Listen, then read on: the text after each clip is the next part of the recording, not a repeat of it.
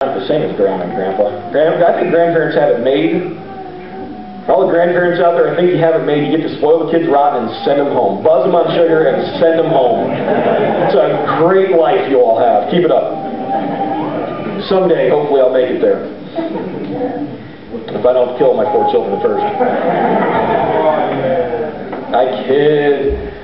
But I think that's a little bit of a feeling. That feeling of the grandparents, of what kind of just the world that Adam and Eve in Genesis chapters 1 and 2 lived in. This sense of freedom and specialness and importance and woohoo! Just I get to do stuff that it's fun. I think that's the kind of the world that Adam and Eve lived in. They had freedom. It was great. Everybody, let's go to Genesis chapter 3. Because in Genesis chapter 3, things take a really wrong turn in this beautiful perfection. And you probably, maybe you've heard the story at some point or heard parts of it, that there's this woman named Eve. She's the first woman. And she walks up to this tree that God told him, don't eat from this tree. And there's a snake that starts talking to her and says, hi, what's going on, baby? How about a little dinner?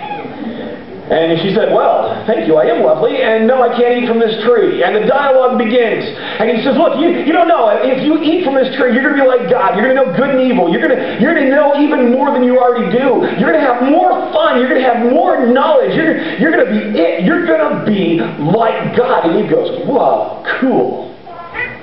That's a good deal. Well, that makes sense. I don't know why God, that makes sense. God's keeping something.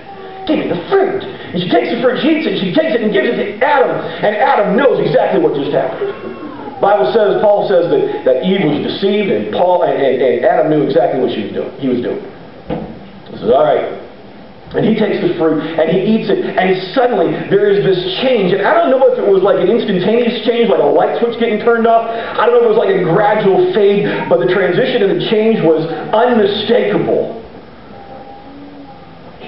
I think it's a little bit like, this whole thing is a little bit like Clevens Brown. Clevens was 15 years old. He was a son of a single mom. And you know how you are at 15? What do you want when you're 15? You want a car. Why do you want a car? Because it's freedom. Give me freedom. One day he's hanging out with his mom. They moved around a bunch of places. They've ended up in low-income housing in Brooklyn. And they finally got some stability. And they're sitting there watching TV this one night. And Mom collapses in pain, falls on the floor, collapsing, writhing in agony. And Clevens doesn't know what to do. He finally runs out of the building, runs down the street, finds a payphone to call 911. When he calls 911, he changes his voice. Because you remember how you used to do this when you were a teenager? And he talked lower.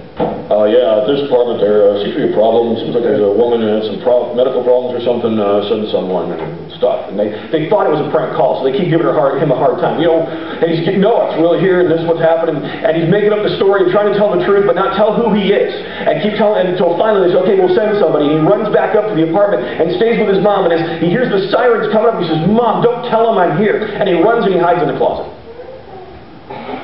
Because he's afraid that at 15 years old, I'm a minor. Mom gone. They're putting me in protective services. I've been there before. I don't want to be there. I don't want to be with somebody else. So he hides in the closet. Mom's taken away. And 15 years old. Freedom. You're on your own, dude. Mom's gone.